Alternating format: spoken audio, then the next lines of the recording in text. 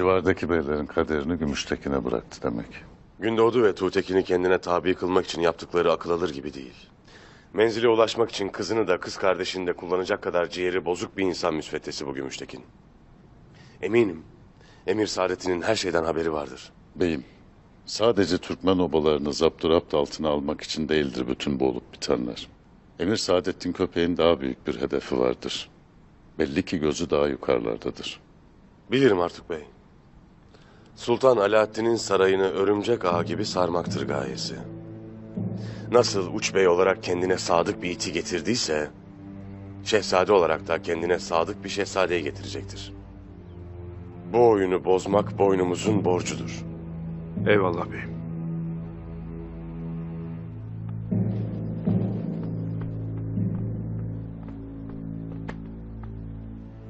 Ertuğrul Bey'im Aytonlu Hatun obadan dışarı çıktı.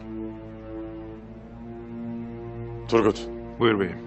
Günkut'a söyle, Tuğtekin'e Banuççe'yi oba yakınlarında gördüğünü söylesin. Dayanamayıp takip edecektir. Emrin olur beyim. Turalı, Sercan Hatun'a git. Aytonlu Hatun'un obadan çıktığını söyle. Hemen beyim.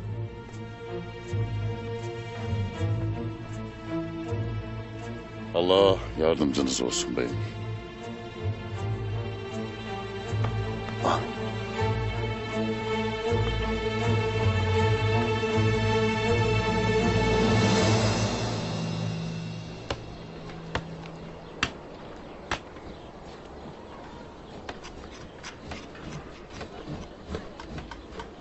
Selamünaleyküm. Aleykümselam bey.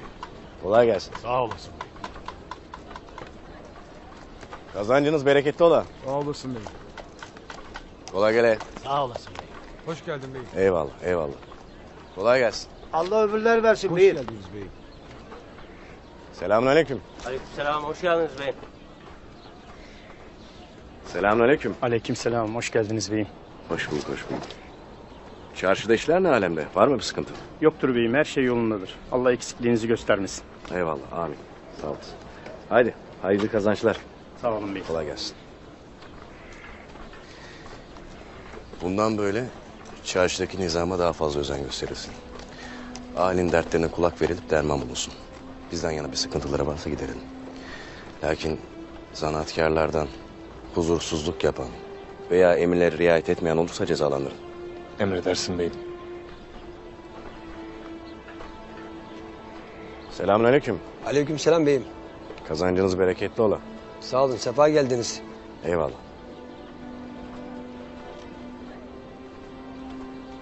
Beyim, zahmet edip çarşımıza geldiniz. Eğer kabul ederseniz yaptığım çömleği size hediye etmek isterim. Estağfurullah. Senin gibi bir ustanın elinden çıkmış bu çömleği tabii ki de kabul ederim. Sağ olun beyim. Lakin bunu ihtiyacı olan birine verelim. İhtiyaç sahibi varken bizde bulunması günahtır. Haklısınız beyim. Halkımızı yaşatalım. Yaşatalım ki obamız, otağımız yaşasın. Doğru beyim. Haydi kazancınız bereketli ola. Sağ olun beyim. Eyvallah. Beyim, beyim. Banu Çiçeği gördüm dere yatağının aşağısında. Atıyla 4 nala gidiyordu. Atım olmadığı için takip edemedim.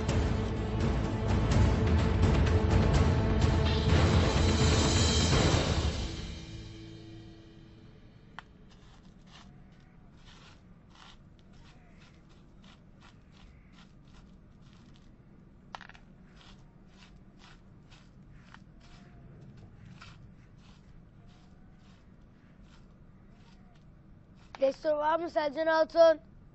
Gel hele bakalım Turalı. Gel. Ertuğrul Bey'im gönderdi beni. Aytonlu Hatun obadan dışarı çıktı. Ay maşallah. Sağ olasın Yiğit Alp'im benim. Hadi.